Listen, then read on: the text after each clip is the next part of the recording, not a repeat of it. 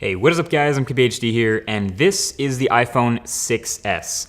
Now I know it might be a little bit hard to tell the difference between the 6 and the 6s at first glance, so this video is everything you need to know that is new and different about the iPhone 6s. First of all, the design. So on the outside, the design remains nearly the same, not identical, but obviously super familiar for iPhone 6 users. For those with hawk eyes, you'll notice the iPhone 6 has all the FCC markings on the bottom and no S badge. Then the 6S came out after you were no longer required to have the FCC marking, so they got rid of them, and it looks a little bit cleaner, though the S badge, I guess, looks a little bit out of place. Anyway, the main way you'll actually be able to tell if someone has the new iPhone is if they have the new pink color. You mean rose gold, right? It's pink, so. Dude, it's rose gold. It's like a pale, faded version. Seriously, it's rose gold. All right. It's rose gold. Anyway, the real difference on the outside is that Apple's now using a 7000 series aluminum, which makes for a stronger body, which means it won't bend as easily. It's even reinforced internally around the volume buttons where it bent last year. You can't see that, but it's there. Overall though, button placement, headphone jack, mute switch, etc., all the stuff is in the same place. It's still also the rounded shape of last year, and I've said this before, the rounded sides make it a bit slippery in the hands, so you already know what to do.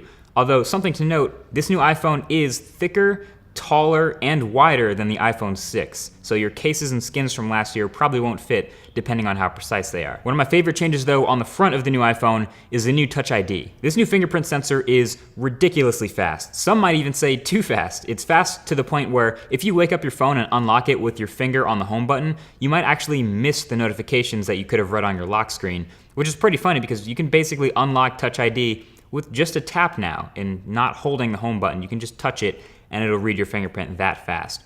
The workaround, of course, to not being able to read your notifications or just check the time would be to use a different finger to check that or resort back to that trusty sleep-wake button. So the next big upgrade with the iPhone 6s is on the inside, the specs. So when the 3GS first came out, Apple said the S stood for speed. Technically, they haven't said anything since then, so I'm just gonna assume the S again stands for speed because this phone is insanely fast. It's rocking Apple's new A9 chip, technically a dual-core chip, but two very powerful cores, near 2 gigahertz, and 2 gigabytes of RAM, which is plenty for iOS, as we know. So multitasking is great. It keeps more apps in memory now longer than they did before. And overall, day-to-day performance is super snappy. Frame rates are consistently high. I've been using this phone for weeks, so it's not just a brand new phone being fast.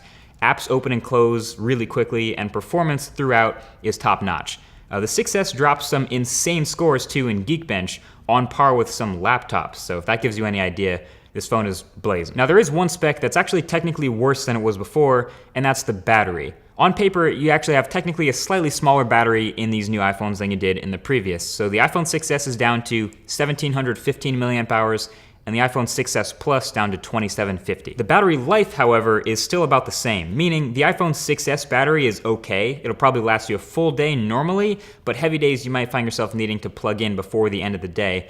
But the iPhone 6s Plus battery is really good. That's one of the benefits of a bigger phone. The 6s Plus has one of the best battery lives in any smartphone. It has awesome standby time, meaning you can forget to charge it at night and not have any worries. And I've failed to kill it in a day, so I'm more than happy at the end of the day ending with 20 to 30% battery life, even after normal or heavy use. Now the next main thing that's changed in the iPhone 6s is the display. Now the panel itself is still the same. It'll still look the same, a 1334 by 750 IPS panel on the iPhone 6s and the 1080p LCD on the 6s Plus. But the display now has some extra hardware to make it pressure sensitive. Apple calls it 3D Touch, and it's basically the iPhone's biggest new feature. Now it's called 3D Touch, not Force Touch, because it has multiple layers of pressure sensitivity, and that's what allows for what Apple calls peak and pop. Nobody actually calls it that, but that's what Apple's naming it. So in an app that supports 3D Touch, if you see something you like, you can press into it with a bit of pressure to peek to see what it is. And if you like what you see, you can press even harder to pop into that thing to view it full screen. And that's the essence of peek and pop. It's not just a long press, so you can actually peek into something and then decide that's all you want to see, and then you can release it to minimize it back. You can also 3D touch on the home screen, so apps that support it will reveal quick shortcuts to functions inside them when you press with some pressure. And a couple of Apple apps support this to start, a few third-party ones are doing this too, and with a little practice you can kind of get to remembering where certain functions are in the shortcut. So you can actually get it to do what you want to do a little bit quicker. It works pretty well now, but we have to remember this is still pretty early for the new iPhones, and a lot of the apps that we use today aren't supported by 3D touch. Developers, however, are getting on that, and when developers build in 3D touch functionality in a meaningful way into their apps, it'll start to build out and it'll be a lot more prevalent throughout the whole OS. So again, right now, when it's early, it seems a little bit excessive, like gimmicky, but it'll become very important in the future. When an app isn't supported and you try to 3D touch the icon on the home screen, for example, the new haptic engine gives you this quick triple buzz and it blurs the edges, letting you know there's nothing to see here. So you kind of figure out which apps have 3D touch functionality and which don't in a matter of just going around and pressing all the apps on your home screen until you find the good ones. Overall, I think 3D touch is pretty cool, but again, it will only get cooler in time thanks to developers. So the last but not least new thing on the iPhone 6s is the camera. The phone is rocking a new 12 megapixel sensor, same flash and mostly the same optics and everything, just a new sensor with the new specs to back it up. I have taken a lot of photos with my iPhone 6s Plus, partly because, I'm testing it and it's a new camera, but also because iPhones consistently encourage taking photos. The camera interface has been some of the best balances of control and ease of use in any smartphone in my opinion, so I love the app, and it's super fast and responsive and easy to take a great photo. So iPhone 6s Plus also benefits from having optical image stabilization, so low light photos are a little bit cleaner and video looks a lot smoother. So here are the photos, and honestly you're not gonna notice a whole ton of difference in detail getting 12 megapixels versus 8, but most of the improvements you're gonna notice I actually see in the colors and the image processing. Not a whole lot of sharpening going on, but there's still plenty of detail throughout the frames, and you'll probably notice colors are kind of warm throughout every scene. And that's actually pretty natural and a good representation of the actual subject, as opposed to sort of cooling off the colors, which might look a little better at first, but is less accurate. It handles exposure great, and dynamic range is pretty good since HDR is never really too aggressive since it's auto HDR. And same thing in low light. You start to see a little bit of noise as you would expect, but overall nothing too crazy here. And again, this is pretty much all just walk up to the subject, point and shoot. Now jumping from 8 megapixels to 12 now means the iPhone finally has enough pixels to shoot that 4K video I love so much. And the video from the sensor is beautiful as expected. Now if you're serious about shooting a lot of video on the iPhone, you pretty much have to go 6s Plus to get that optical image stabilization.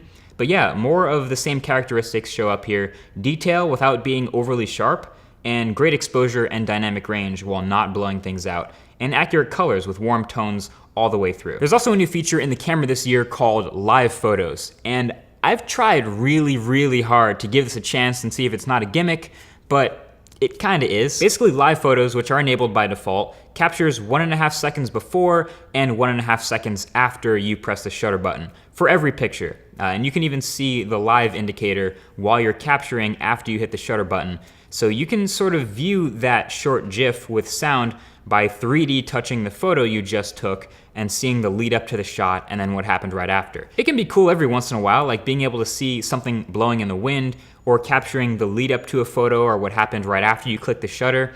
I don't know, my live photos would probably be a little more interesting if I was taking pictures of more dynamic things like people, but instead most of mine are just picking the camera up and then putting the camera back down, usually back into my pocket. So there's an update coming to prevent this from happening by having the iPhone read the accelerometer and gyroscope to know when you stop holding your phone up.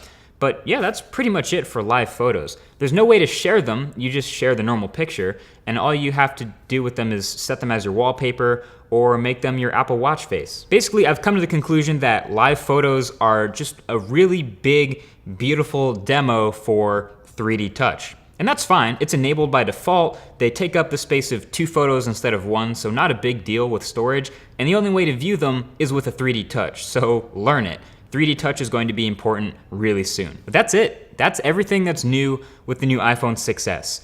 It's running iOS 9, and if you're already using a previous iPhone, you're probably already very familiar with iOS 9, so I don't need to tell you about the slightly new font or the slightly worse multitasking carousel, in my opinion. You're already familiar with the experience. If you're not coming from an iPhone, you might be interested in the 6s for its blazing fast performance and ease of use and awesome camera. My biggest problem with it is 16 gigabytes? Really?